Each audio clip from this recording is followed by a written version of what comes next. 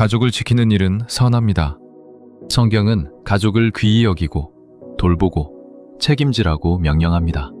그러나 성경은 동시에 한 가지 더 깊은 질문을 던집니다. 가족을 지키다 하나님 앞에서 나 자신을 잃어버릴 수 있는가? 라는 질문입니다. 이 질문은 불편합니다. 왜냐하면 가족 사랑은 대부분 미덕으로만 이야기되기 때문입니다. 희생, 헌신, 책임, 인내. 이 모든 단어들은 가족과 함께 묶여 칭찬받습니다. 그러나 성경은 사랑을 무조건적으로 칭찬하지 않습니다. 성경은 사랑에도 질서가 있다고 말합니다. 그리고 그 질서가 무너질 때 가장 선한 사랑조차 영혼을 해칠 수 있다고 경고합니다. 예수님은 가족을 무시하지 않으셨습니다. 그러나 가족을 궁극적인 자리에 두지도 않으셨습니다. 마태복음 10장 37절에서는 이렇게 말씀합니다. 나보다 아버지나 어머니를 더 사랑하는 자는 내게 합당하지 않다. 이 말씀은 가족을 버리라는 말씀이 아닙니다. 사랑의 순서를 바로 세우라는 말씀입니다. 순서가 무너지면 사랑은 왜곡됩니다. 하나님보다 앞선 사랑은 결국 하나님을 가리게 됩니다. 오늘 우리는 이런 현실을 자주 봅니다. 가족을 위해 모든 것을 포기했지만 하나님 앞에서는 점점 메말라가는 사람들. 가족을 지키기 위해 신앙을 뒤로 미뤘지만 결국 가족도 자신도 지키지 못한 사람들. 가족을 위해 살았다고 말하지만 정작 하나님 앞에서는 누구인지 잃어버린 사람들. 이것은 극단적인 예외가 아닙니다. 매우 흔한 신앙의 위기입니다. 왜냐하면 가족 사랑은 쉽게 우상이 되기 때문입니다. 우상 숭배는 나쁜 것을 사랑하는 것이 아니라 좋은 것을 하나님보다 더 사랑하는 것입니다. 가족은 그중 가장 위험한 우상이 될 수 있습니다. 가장 가까이 있고 가장 감정이 깊고 가장 많은 이유가 있기 때문입니다. 그래서 가족을 지키다 나를 잃어버리는 일이 생깁니다. 여기서 말하는 나는 이기적인 자아가 아닙니다. 하나님 앞에서 부름받은 존재로서의 나, 하나님께 책임을 지는 예배자로서의 나, 하나님께 속한 정체성으로서의 나입니다. 이 나를 잃어버리면 가족을 위해 아무리 애써도 결국 길을 잃습니다. 전병은 분명히 말합니다. 질서가 무너지면 보호도 무너진다고. 하나님이 첫 자리에 계시지 않으면 가족은 보호의 대상이 아니라 부담의 중심이 됩니다. 사랑은 많아지지만 자유는 줄어들고 헌신은 깊어지지만 기쁨은 사라집니다. 그래서 오늘 이 설교는 가족을 덜 사랑하자는 설교가 아닙니다. 가족을 더 바르게 사랑하자는 설교입니다. 나를 버리라는 설교가 아니라 하나님 안에서 나를 다시 찾으라는 설교입니다. 본론에서는 이 질문을 세 가지로 나누어 살펴보려 합니다. 언제 가족 사랑이 하나님 사랑을 밀어내는지, 언제 책임이 소명을 잠식하는지, 그리고 어떻게 하나님을 첫 자리에 둘 때 가족도 나도 함께 살아나는지. 이 질문은 가족을 가진 모든 사람에게 해당됩니다. 오늘 이 말씀 앞에서 정직해져야 합니다. 나는 가족을 지키고 있는가? 아니면 가족이라는 이름으로 하나님 앞에 나를 잃어버리고 있는가? 이 질문이 오늘 설교의 출발점입니다. 가족을 지키다 나를 잃어버리는 첫 번째 지점은 가족이 하나님보다 앞자리에 오를 때입니다. 이때 문제는 가족을 사랑하는 것이 아닙니다. 문제는 사랑의 순서입니다. 성경은 가족 사랑을 금지하지 않습니다. 오히려 책임으로 명령합니다. 그러나 성경은 동시에 분명히 말합니다. 하나님보다 앞선 사랑은 반드시 왜곡된 결과를 낳는다고. 마태복음 10장 37절에서는 이렇게 말씀합니다. 나보다 아버지나 어머니를 더 사랑하는 자는 내게 합당하지 않다. 이 말씀은 가족을 덜 사랑하라는 말이 아닙니다. 하나님을 먼저 사랑하라는 말입니다. 원저가 무너지면 사랑은 깊어질 수 있어도 바르게 자라지 못합니다. 하나님이 첫 자리에 계시지 않으면 가족은 보호의 대상이 아니라 통제와 두려움의 중심이 됩니다.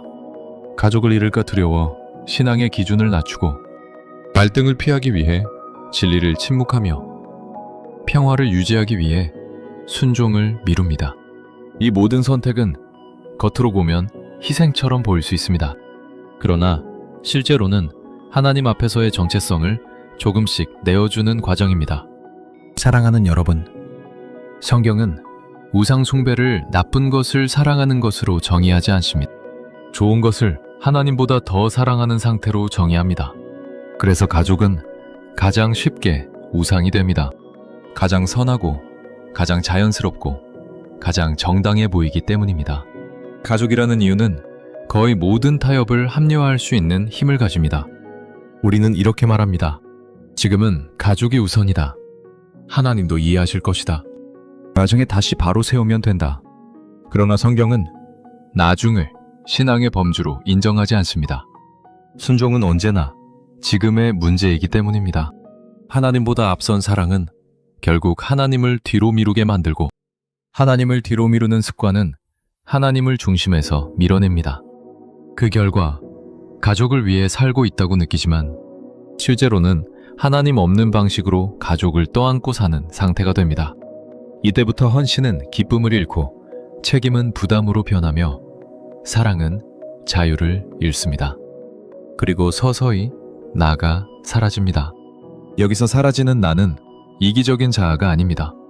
하나님 앞에서 부름받은 예배자로서의 나, 말씀 앞에서 결단할 수 있는 나, 하나님께 속한 존재로서의 나입니다. 이 나가 사라지면 가족을 위해 아무리 애써도 중심이 흔들립니다. 중심이 흔들린 보호는 오래가지 않습니다. 성경은 이 원리를 실제 역사 속에서 보여줍니다. 사무엘상 2장에서 엘리 제사장은 아들들을 사랑했습니다. 그러나 하나님보다 아들들을 더 앞세웠습니다. 그는 아들들의 죄를 몰랐던 것이 아닙니다. 알면서도 제어하지 않았습니다. 그 이유는 사랑이었을 수 있습니다. 그러나 그 사랑은 질서를 잃은 사랑이었습니다. 사무엘상 2장 29절에서는 이렇게 말씀합니다. 네가 어찌하여 나를 멸시하고 네 아들들을 나보다 더 중히 여기느냐. 이 말씀은 하나님께서 엘리를 향해 던지신 가장 정확한 진단입니다. 하나님보다 가족을 더 중히 여길 때 하나님은 멸시당하십니다. 그리고 하나님이 멸시당하는 자리에서 가족은 결코 보호받지 못합니다. 오히려 더 깊은 파괴를 맞이합니다. 하나님은 질서의 하나님이십니다. 질서가 바로 설 때 보호가 시작됩니다. 하나님을 첫 자리에 둘 때 가족은 제자리를 찾습니다.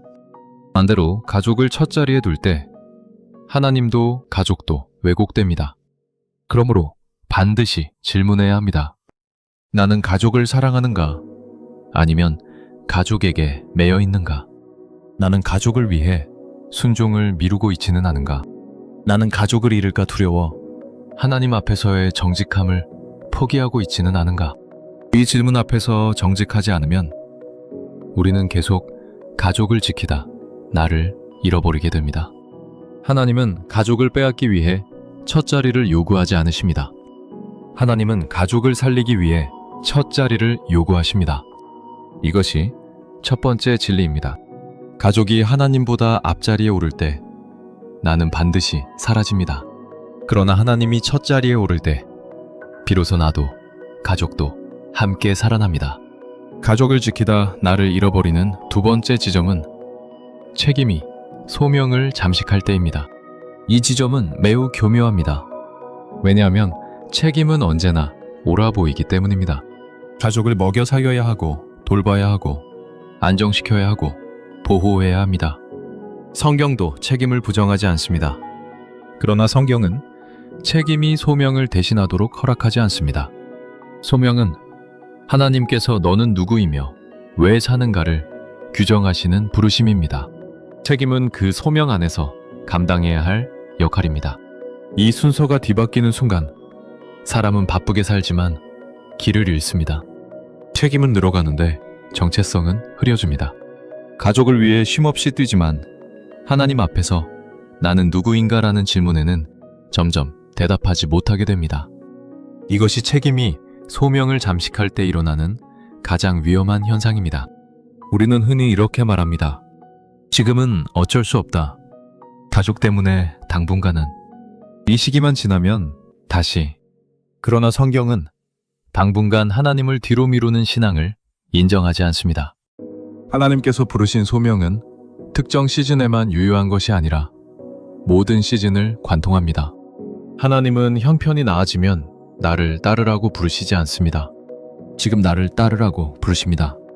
누가복음 9장에서 예수님은 따르겠다는 사람에게 이렇게 말씀하십니다.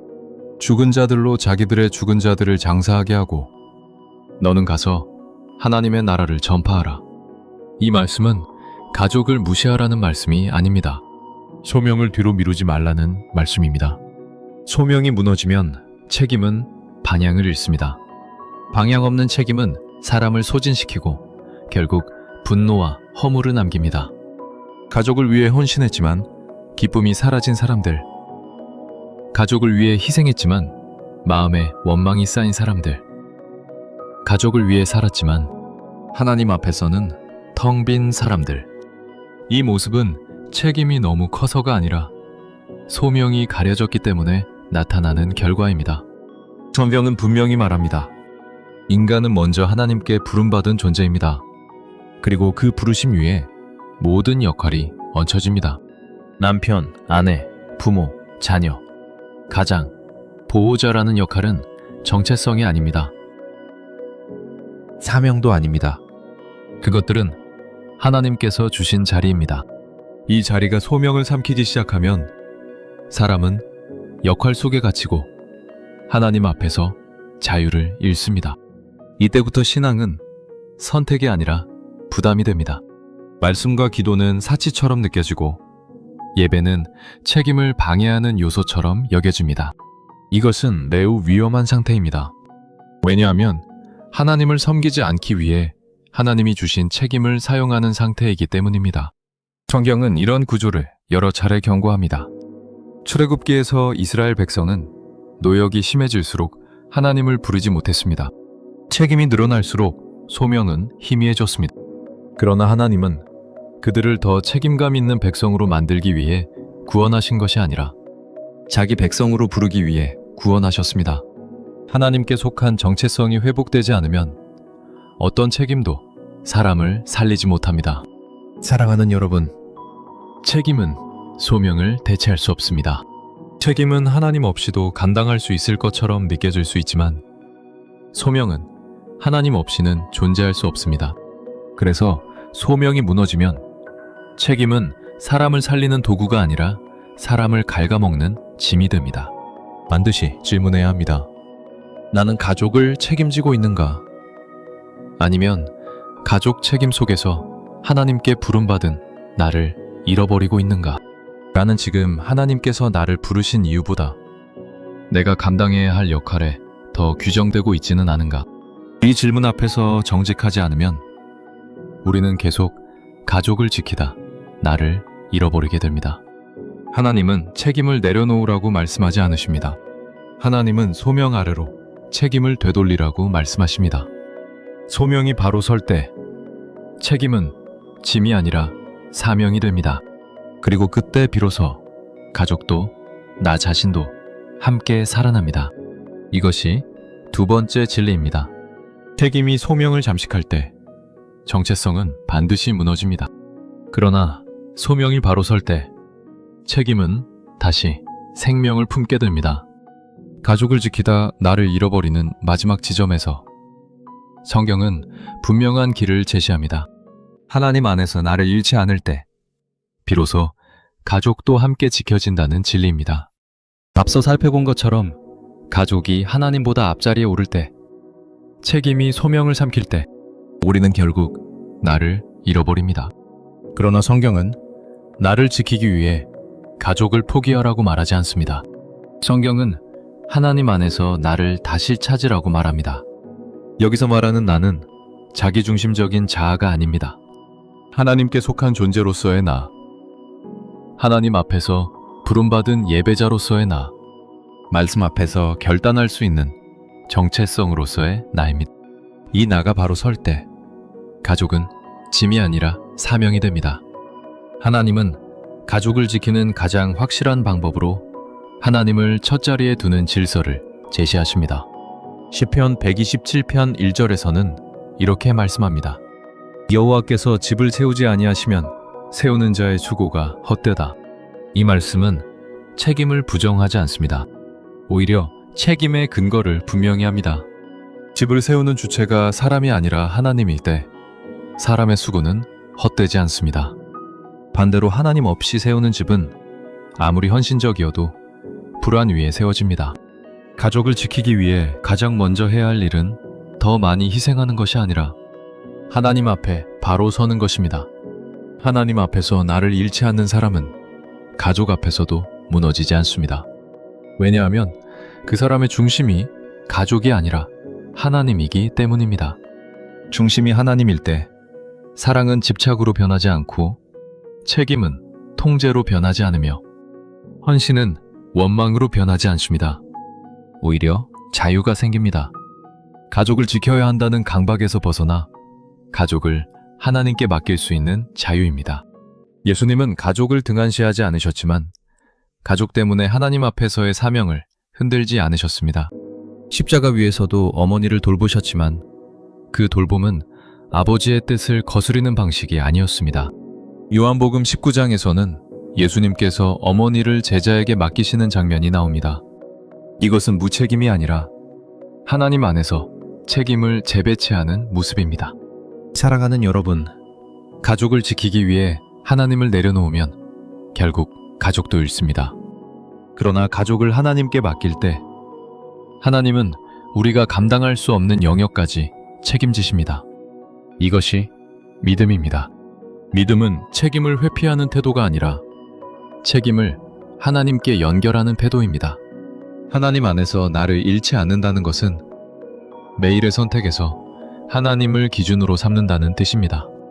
가족의 요구보다 하나님의 말씀을 먼저 묻고 가족의 평화보다 하나님의 진리를 먼저 고려하며 가족의 기대보다 하나님의 부르심을 먼저 붙드는 삶입니다. 이 삶은 갈등을 완전히 제거하지는 않습니다. 그러나 방향을 분명히 합니다. 방향이 분명한 갈등은 파괴가 아니라 성숙으로 이어집니다. 반대로 방향 없는 평화는 결국 더 큰 붕괴를 낳습니다. 그러므로 반드시 질문해야 합니다. 나는 가족을 하나님께 맡기고 있는가? 아니면 하나님 자리에 가족을 앉혀두고 있는가? 나는 가족을 위해 살고 있는가? 아니면 가족 안에서 하나님께 부름받은 나로 살고 있는가? 이 질문에 정직하게 답할 때 우리는 더 이상 가족을 지키다 나를 잃어버리지 않게 됩니다. 하나님은 나를 지키기 위해 가족을 포기하라고 부르시지 않습니다. 하나님은 나를 바로 세워 가족을 살리라고 부르십니다. 하나님 안에서 나를 잃지 않을 때 가족은 더 안전해지고 사랑은 더 자유로워지며 책임은 더 기쁨으로 회복됩니다. 이것이 마지막 진리입니다. 하나님 안에서 나를 잃지 않을 때 비로소 가족도 함께 지켜집니다. 가족을 지키려는 마음은 결코 잘못이 아닙니다. 그것은 하나님께서 우리 안에 심어주신 책임감이며 사랑의 표현입니다. 그러나 성경은 한 걸음 더 깊이 들어갑니다. 사랑의 크기보다 사랑의 자리를 묻습니다. 무엇을 얼마나 사랑하느냐보다 무엇을 가장 먼저 사랑하느냐를 묻습니다. 오늘 우리가 살펴본 모든 문제는 이 한 지점으로 모입니다. 하나님이 첫 자리에 계시는가? 아니면 가장 소중한 것들이 그 자리를 대신하고 있는가? 가족은 하나님께서 주신 가장 귀한 선물 중 하나입니다. 그러나 선물은 언제나 선물로 남아야지 주인이 되어서는 안 됩니다. 선물이 주인의 자리를 차지하는 순간 그것은 축복이 아니라 짐이 됩니다. 하나님보다 앞선 가족 사랑은 결국 가족을 보호하지 못합니다. 오히려 가족에게 감당할 수 없는 무게를 지웁니다. 부모에게는 구원자의 역할을, 배우자에게는 신의 자리를, 자녀에게는 삶의 의미 전체를 요구하게 됩니다. 이 요구는 사랑에서 나온 것처럼 보이지만 결국 모두를 지치게 하고 무너뜨립니다. 그래서 성경은 질서를 말합니다. 하나님이 첫 자리에 계실 때만 사랑은 제자리를 찾고 책임은 생명을 품게 됩니다. 사랑하는 여러분, 가족을 지키다 나를 잃어버린다는 말은 가족 때문에 이기적으로 살지 못했다는 뜻이 아닙니다. 하나님 앞에서의 나, 부름받은 예배자로서의 나, 말씀 앞에서 결단할 수 있는 나를 점점 내려놓았다는 뜻입니다. 이 나를 잃어버리면 우리는 결국 가족을 위해 살면서도 방향을 잃습니다. 헌신은 늘어나지만 기쁨은 사라지고 책임은 커지지만 자유는 줄어들며 사랑은 남아있지만 평안은 떠납니다. 이것은 사랑이 부족해서가 아니라 질서가 무너졌기 때문입니다. 하나님은 우리를 이런 상태로 내버려 두지 않으십니다. 오늘 이 말씀을 통해 하나님은 다시 부르십니다. 나를 첫자리에 두라. 이것은 가족을 뒤로 미루라는 부르심이 아닙니다. 가족을 제자리로 돌려놓으라는 부르심입니다. 하나님은 가족과 경쟁하시지 않습니다. 하나님은 가족을 살리기 위해 자신을 먼저 붙들라고 하십니다. 시편에서 고백하듯이 하나님께서 집을 세우지 않으시면 우리의 수고는 헛됩니다. 이 말은 우리가 아무것도 하지 말라는 뜻이 아니라 누구와 함께 하느냐가 중요하다는 뜻입니다. 하나님 없이 세운 가정은 아무리 애써도 불안 위에 서 있지만 하나님과 함께 세운 가정은 부족해 보여도 흔들리지 않습니다. 오늘 이 말씀 앞에서 한 가지 결단이 필요합니다. 더 잘하려는 결단이 아니라 순서를 바로 세우는 결단입니다. 가족의 요구보다 하나님의 말씀을 먼저 묻는 결단입니다. 가족의 평화를 위해 진리를 미루지 않는 결단입니다. 가족을 사랑하되 하나님을 더 사랑하는 결단입니다. 이 결단은 즉각적인 박수를 받지 못할 수도 있습니다. 오히려 오해를 받을 수도 있고 잠시 불편을 만들 수도 있습니다. 그러나 성경은 분명히 말합니다. 하나님을 먼저 선택한 순종은 결코 헛되지 않다고. 하나님은 그런 선택을 기억하시고 그 선택 위에 은혜를 더하십니다. 사랑하는 여러분, 하나님은 여러분에게 가족과 하나님 중 하나를 선택하라고 부르지 않으십니다. 하나님은 하나님 안에서 가족을 다시 받으라고 부르십니다. 하나님 안에서 나를 다시 세우면 가족은 더 안전해지고 사랑은 더 자유로워집니다. 책임은 짐이 아니라 사명이 되고 헌신은 의무가 아니라 기쁨이 됩니다. 오늘 하나님을 다시 첫자리에 모시십시오. 그 자리가 나의 자리이며 가족이 가장 안전해지는 자리입니다. 하나님 안에서 나를 잃지 않을 때 우리는 더 이상 가족을 지키다 무너지는 사람이 아니라 하나님과 함께 가족을 세워가는 사람이 됩니다. 이것이 복음의 질서이며 하나님께서 가정을 향해 주시는 가장 깊은 은혜입니다.